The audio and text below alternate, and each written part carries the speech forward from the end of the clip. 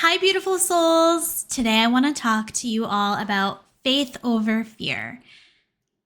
Let's get into the steps that you can take to really show your faith when it comes to having so much fear, and how God is our perfect example of how we should act when we are fearful.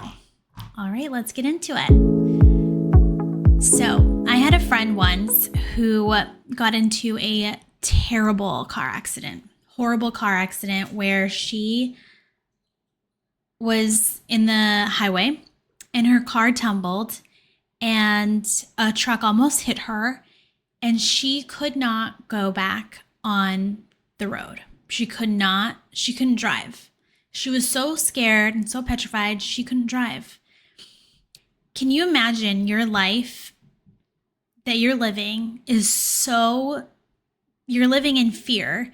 You can't do certain things because fear is literally holding you by the neck. You can't live a happy life and you can't live a purposeful life with the fear controlling you at every action.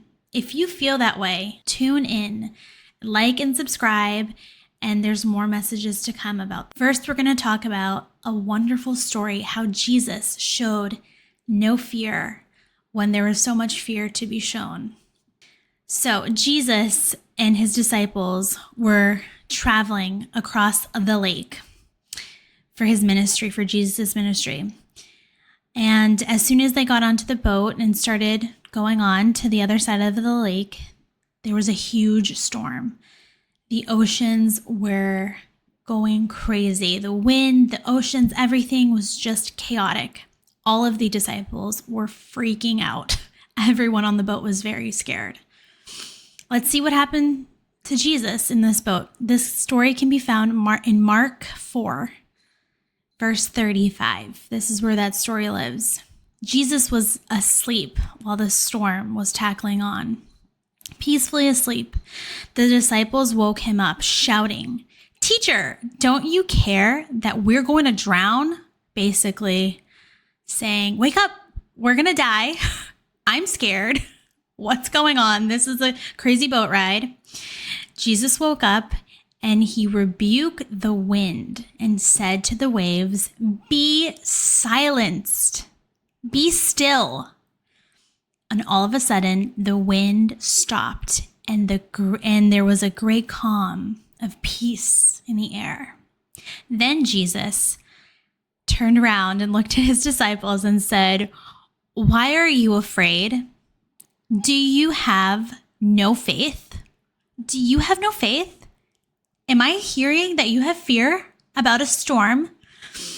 Right? Jesus didn't say those exact words, but very close, right? He said, "Why are you afraid? Do you not have faith?" So ask yourself, think of the things that you're scared of right now. Write them down. Write all the things that you're worried about, that you're fearful of. And think, do you think that God can achieve those things? Do you think that with God, those things can be achieved? I know absolutely so that Jesus can take away those fears for you. So here's my challenge for you. You're living a life of fear.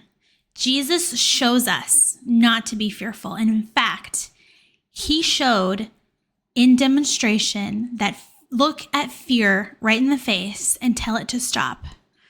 So you can, depending on the fear that you have, you can go ahead and tell yourself, this fear will no longer control me.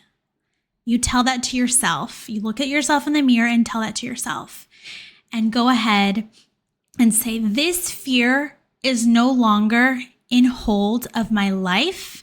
This fear will no longer be a part of me.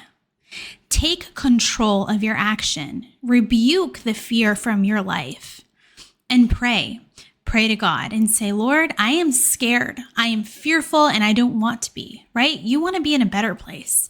You want to be like my friend who is now driving on the highway. She's no longer in fear. You want to be in the life, in the purposeful life that God has given to you. Do not let fear hold you back from what you are meant to do, what you are meant to be, my friend. So pray. Rebuke those fears, list them off, and rebuke them and pray. Step 2 is what you're going to do is, now that you've, step 1, written all your fears and prayed to God about it, every week, look at the fear that you have and do it. You go baby steps, right? Baby steps, do those fears. What did God do? He looked at the fear and he said, I rebuke you, wind, be still, waters. And he went and he looked at his friends and said, why are you so fearful? And in fact, later on, Jesus walks on water in this big, great storm.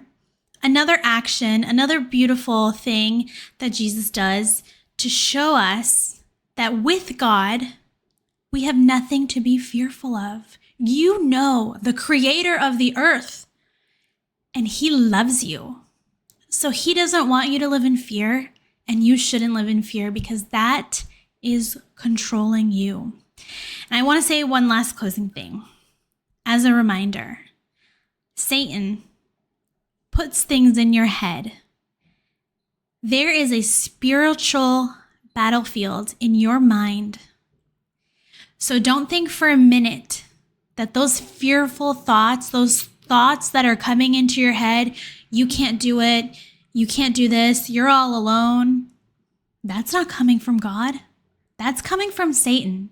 So when you hear those thoughts, say no more. These thoughts will not enter my holy mind because I have Christ in my heart and I do not allow these things to control me. I don't allow these thoughts to control who I am.